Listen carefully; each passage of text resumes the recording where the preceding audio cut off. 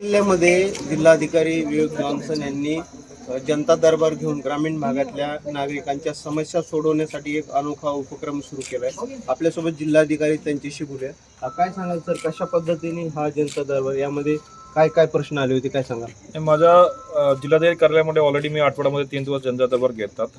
त्या पद्धतीने पुढे जाऊन मी आता तालुका स्तरावर घेणं चालू केलं. मागच्या 2 दिवसापूर्वी मी अंबाजोगाई तालुक्यामध्ये घेतला. आज मी आष्टी तालुक्यामध्ये घेत आहे.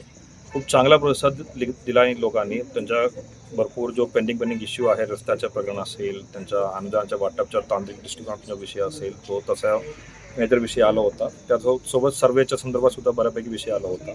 आमच्या सर्व संबंधित अधिकारी उपस्थित होता आणि सर्व संबंधित अधिकारीला मी वेळेवर या सर्व विषयाच्या नियमानुसार कारवाई करण्याचं सूचना सुद्धा दिलेलं आहे. सर, बीड जिल्ह्यातल्या आष्टी तालुक्यामध्ये मागील काही दिवसापूर्वी जे अतिवृष्टीचा पाऊस झाला, त्यामध्ये अनेक शेतकऱ्याचं नुकसान झालं, जमिनी खरडून गेल्या.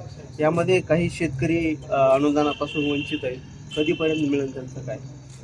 अनुदानाच्या संख्या तुम्ही बघितलं असेल तर मला असं वाटतं की 90,000 जवळपास आम्ही शेतकरी बाधित शेतकरी आहेत. त्यापैकी आम्ही 80,000 जवळपास आम्ही शेतकरीला वाटप केलं आहे. पूर्ण प्रक्रिया ऑनलाईन असतात. मला सर्व शेतकरी बांधवांना विनंती आहे, आव्हान आहे की तुमच्या अग्रिस्टॅक तुमच्या फार्मर आयडी असेल तर थेट तुमच्या अकाउंटमध्ये येणार आहे रक्कम. नसेल तर तुम्ही EKYC करावं लागेल या फिर नवीन फॉर्मॅलिटी करावं लागेल. त्यासाठी आमच्या तलाठी यंत्रणामार्फत परत मी आज त्यांच्या पेंडन्सी बघून त्याप्रमाणे कारवाई करण्यासाठी सूचना दिलेल्या आहे. करडून गेलेल्या जमीन संदर्भात सुद्धा 2-3 तक्रार माझ्याकडे आला होता.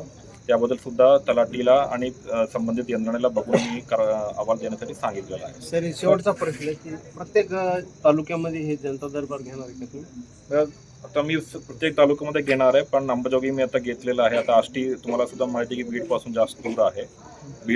मी स्वतः बीड कलेक्टर ऑफिसमध्ये 3 दिवस बसतात मी जनता दरबारसाठी. आता इतर आता पाटोदा असेल, शिरूर असेल, जो बीडपासून दूर असलेल्या तालुक्यामध्ये ज्याला गावकरी लोकांना माझ्याकडे येण्याचे त्रास असतात, तसे ठिकाणी मी जनता दरबार घेण्याचा विचार आहे. बीडचे जिल्हाधिकारी त्यांनी सांगितलं की प्रत्येक गावोगावमध्ये अशा पद्धतीने जनता दरबार घेण्याचं त्यांनी सुरू केलं. अविशांत कुलकर, आज मराठी न्यूज, आष्टी, बीड.